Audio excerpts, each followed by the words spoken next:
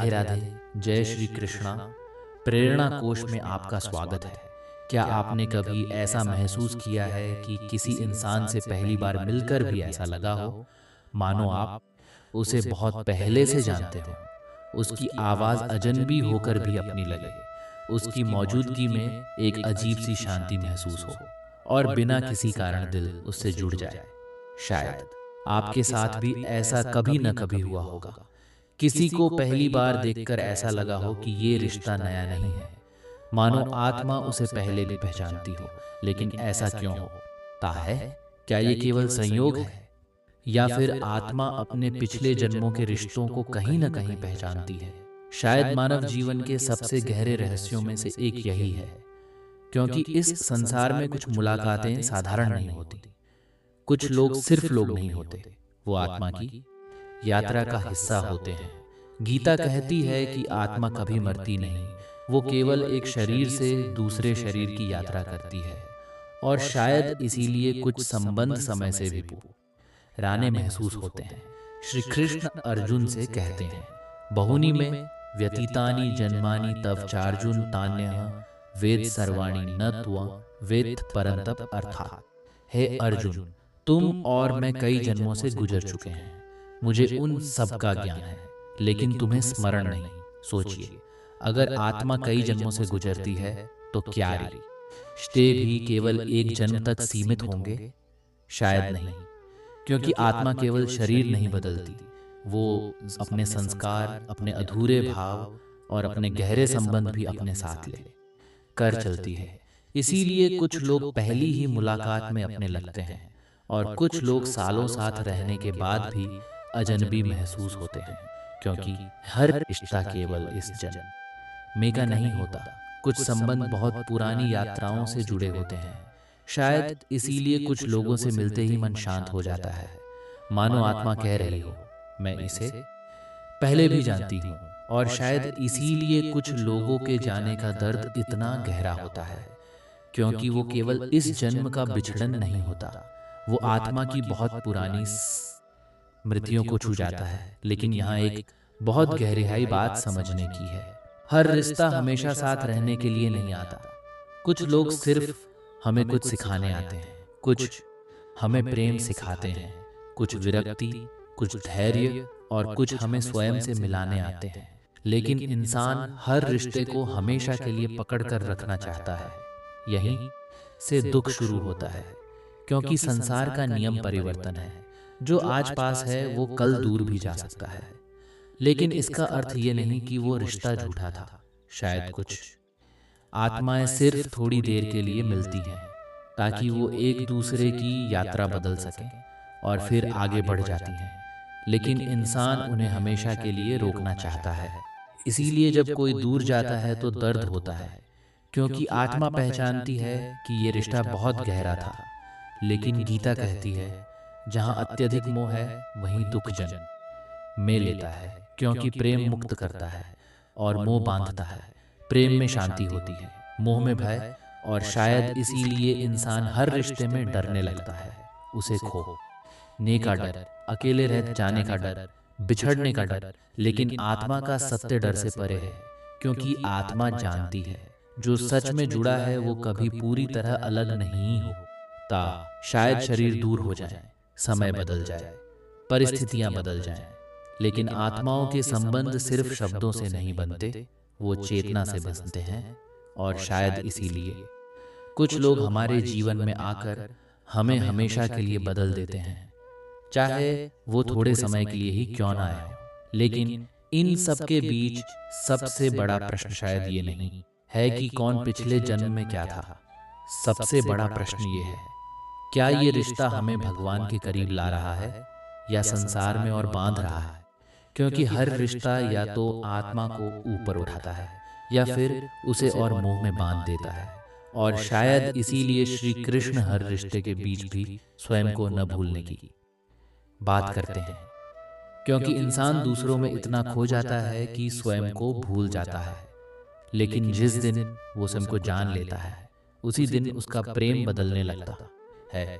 फिर वो प्रेम करता है लेकिन पकड़ता नहीं, वो जुड़ता है लेकिन टूटता नहीं, वो लोगों को महत्व देता है, लेकिन अपनी शांति उन पर निर्भर नहीं करता। और शायद यही आत्मिक प्रेम है, जहाँ रिश्ता स्वार्थ से नहीं, चेतना से बनता है, जहाँ डर नहीं होता, सिर्फ स्वीकार होता है। और शायद कुछ लोग पहली बार मिलकर भी अपने इसलिए लगते हैं क्योंकि आत्माएं शब्दों से पहले एक दूसरे को पहचान लेती हैं। लेकिन शायद सबसे गहरी बात यह है कि आत्माएं एक दूसरे को चेहरे से नहीं पहचानती, वो ऊर्जा से पहचानती हैं। इसीलिए कुछ लोगों के साथ पहली ही मुलाकात में मन सहज हो जाता है, और कुछ लोगों के साथ सब कुछ ठीक होने के बाद भी भीतर की बेचैनी बनी रहती है, क्योंकि आत्मा शब्दों से नहीं, चेतना से जुड़ती है। और शायद इसीलिए कुछ रिश्तों को समझाया नहीं जा सकता, क्योंकि वो तर्क से नहीं, अनुभव से महसूस होते हैं। लेकिन इंसान की सबसे बड़ी भूल क्या है? वो हर गहरे रिश्ते को हमेशा के लिए अपना बनाना चाहता है, जबकि शायद कुछ आत्माएं सिर्फ थोड़ी दूर तक साथ चलने आती हैं, ताकि वो हमें कुछ सिखा सके। कुछ लोग हमें प्रेम सिखाते हैं, कुछ त्याग, कुछ धैर्य, और कुछ लोग हमें इतना तोड़ देते हैं कि हम पहली बार भगवान को खोजने लगते हैं। और शायद वो भी आत्मा की यात्रा का हिस्सा होता है, क्योंकि हर रिश्ता सुख देने नहीं आता, कुछ रिश्ते जगाने आते हैं। लेकिन इंसान दर्द को हमेशा गलत समझता है। उसे लगता है जो रिश्ता टूट गया वो झूठा था, जबकि शायद वो रिश्ता अपना कार्य पूरा कर चुका था। क्योंकि हर आत्मा हमारे जीवन में एक उद्देश्य लेकर आती है, और जब वो उद्देश्य पूरा हो जाता है तो रास्ते बदलने लगते हैं। लेकिन आत्मा उन अनुभवों को अपने भीतर लेकर आगे बढ़ती रहती है। शायद इसीलिए कुछ बिछड़न इतनी गहरी होती हैं, क्योंकि वहाँ केवल लोग अलग नहीं हो रहे होते, वहाँ आत्मा एक पुरानी यात्रा को छोड़ रही होती है। और शायद इसीलिए इंसान कुछ लोगों को कभी पूरी तरह भूल नहीं पाता, क्योंकि वो याद सिर्फ दिमाग में नहीं होती, वो आत्मा में होती है। लेकिन गीता हमें एक और गहरा सत्य सिखाती है कि किसी से जुड़ना गलत नहीं, लेकिन स्वयं को खो देना दुख का कारण बन जाता है। क्योंकि जब इंसान अपनी पूरी शांति किसी दूसरे इंसान में खोजने लगता है, तब भय जन्म लेता है, खोने का भय, अकेले हो जाने का भय। और शायद इसीलिए श्री कृष्ण बार बार आत्मा की ओर लौटने की बात करते हैं, क्योंकि जो स्वयं से जुड़ गया उसका प्रेम बंधन नहीं रहता, वो स्वतंत्र हो जाता है। फिर वो लोगों से प्रेम करता है, लेकिन उन्हें पकड़कर नहीं रखता। वो रिश्ते निभाता है, लेकिन उनमें डूबकर स्वयं को नहीं खोता। और शायद यही सबसे शुद्ध प्रेम है, जहाँ स्वामित्व नहीं होता, सिर्फ अपनापन होता है, जहाँ डर नहीं होता, सिर्फ विश्वास होता है। और शायद कुछ लोग पहली बार मिलकर भी अपने इसलिए लगते हैं क्योंकि आत्माएं समय से परे होती हैं। शरीर पहली बार मिलते हैं, लेकिन आत्माएं शायद बहुत पहले से एक दूसरे को जानती होती हैं। लेकिन शायद सबसे रहस्यमयी बात यह है कि आत्माएं सिर्फ लोगों से नहीं जुड़ती, वो परिस्थितियों से भी जुड़ती हैं। इसीलिए कुछ स्थान पहली बार जाकर भी अपने लगते हैं, कुछ मंदिरों में जाते ही आंखें भर आती हैं, कुछ ध्वनियां भीतर तक छू जाती हैं, और कुछ लोग बिना कुछ कहे ही दिल के बहुत करीब महसूस होने लगते हैं, मानो आत्मा उन्हें पहचान रही हो। लेकिन इंसान इन संकेतों को समझ नहीं पाता, वो हर चीज को सिर्फ संयोग मान लेता है, जबकि शायद जीवन में बहुत कम चीजें सिर्फ संयोग होती हैं, क्योंकि आत्मा हमेशा उसी दिशा में आकर्षित होती है जहां उसकी कोई अधूरी यात्रा होती है। इसीलिए कुछ रिश्ते इतने गहरे लगते हैं कि उनसे दूर होना मानो स्वयं से दूर होने जैसा महसूस होता है। लेकिन शायद यही इंसान को सबसे बड़ी सीख लेनी होती है कि प्रेम और मोह में अंतर क्या है। क्योंकि प्रेम आत्मा को मुक्त करता है, लेकिन न मोह उसे बांध देता है। प्रेम में शांति होती है, मोह में बेचैनी। प्रेम में विश्वास होता है, मोह में खोने का भय। और शायद इसीलिए बहुत से लोग जिसे प्रेम समझते हैं, वो वास्तव में उनका भय होता है, अकेले रह जाने का भय, छूट जाने का भय, अधूरा रह जाने का भय। लेकिन आत्मा कभी अधूरी नहीं होती, वो हमेशा पूर्ण होती है। और शायद इसीलिए गीता बार बार इंसान को अपने भीतर लौटने के लिए कहती है, क्योंकि जब तक इंसान स्वयं को दूसरों में खोजता रहेगा तब तक उसका दुख समाप्त नहीं होगा। लेकिन जिस दिन वो स्वयं को जान लेगा उसी दिन उसके रिश्ते भी बदलने लगेंगे। फिर वो लोगों से ज़रूरत के कारण नहीं जुड़ेगा, वो प्रेम के कारण जुड़ेगा। फिर उसके भीतर स्वामित्व नहीं रहेगा, सिर्फ करुणा रहेगी। और शायद यही कारण है कि कुछ संत सबसे अधिक प्रेम करते हैं लेकिन सबसे कम बंधते हैं, क्योंकि उन्होंने प्रेम को पकड़ना नहीं, बहना सीख लिया होता है। और शायद आत्मा की सबसे सुंदर अवस्था भी यही है, जहां वो हर रिश्ते में भगवान को देखने लगे, हर इंसान न को ये एक यात्रा का साथी समझने लगे। फिर बिछड़न भी उसे पूरी तरह तोड़ नहीं पाती, क्योंकि वो जानता है कि आत्माओं का संबंध सिर्फ इस जन्म तक सीमित नहीं।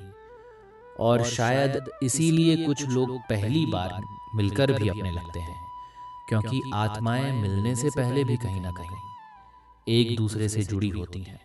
और शायद इसीलिए जीवन में कुछ मुलाकातें साधारण होकर भी बहुत असाधारण महसूस होती हैं, क्योंकि वहाँ सिर्फ दो लोग नहीं मिल रहे होते, वहाँ दो यात्राएं मिल रही होती हैं, दो आत्माएं जो शायद बहुत लंबे समय से एक दूसरे को खोज रही थीं। लेकिन इंसान अक्सर इन रिश्तों को सिर्फ संसार की नज़र से देखता है।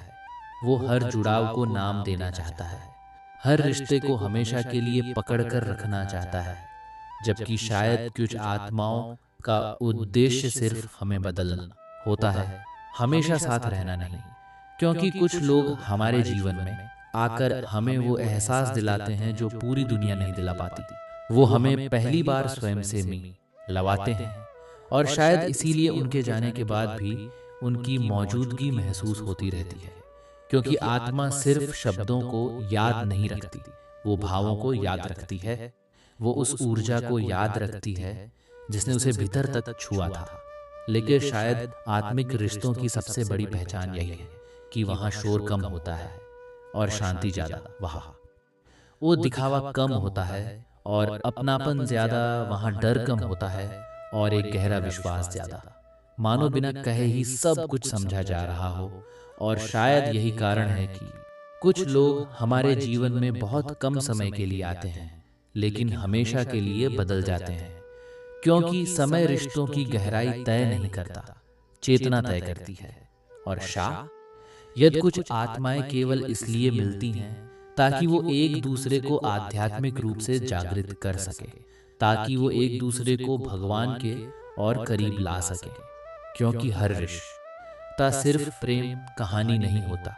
कुछ रिश्ते आत्मा को जगाने आते हैं, कुछ रिश्ते अहंकार तोड़ने आते हैं, कुछ रिश्ते हमें विरक्ति सिखाने आते हैं, और कुछ रिश्ते हमें ये समझाने आते हैं कि सच्चा प्रेम किसी को पकड़कर रखने में नहीं, उसे स्वतंत्र देखने में है।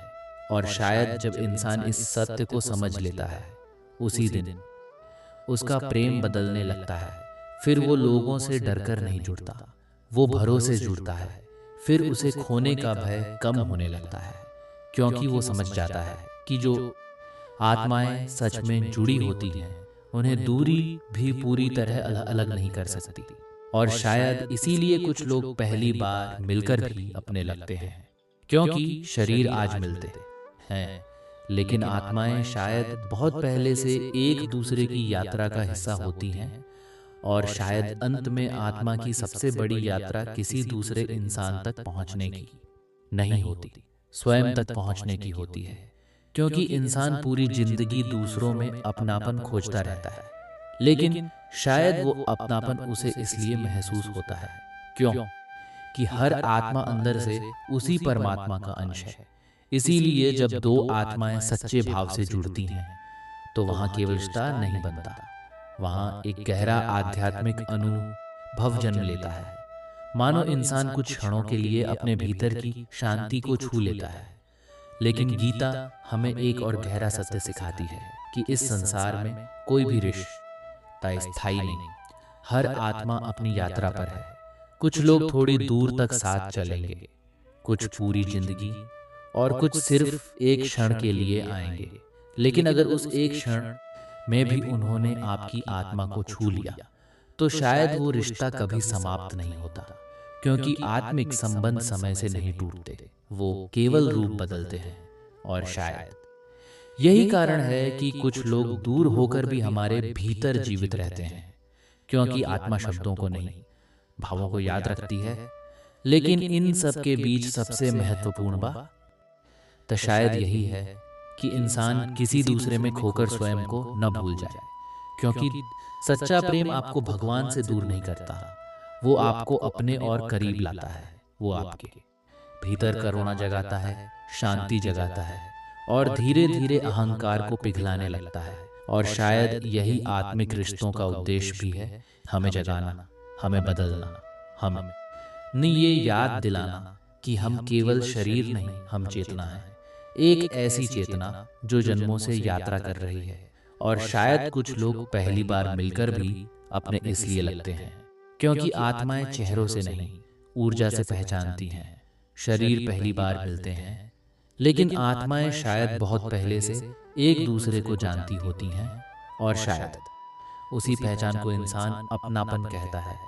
राधे राधे।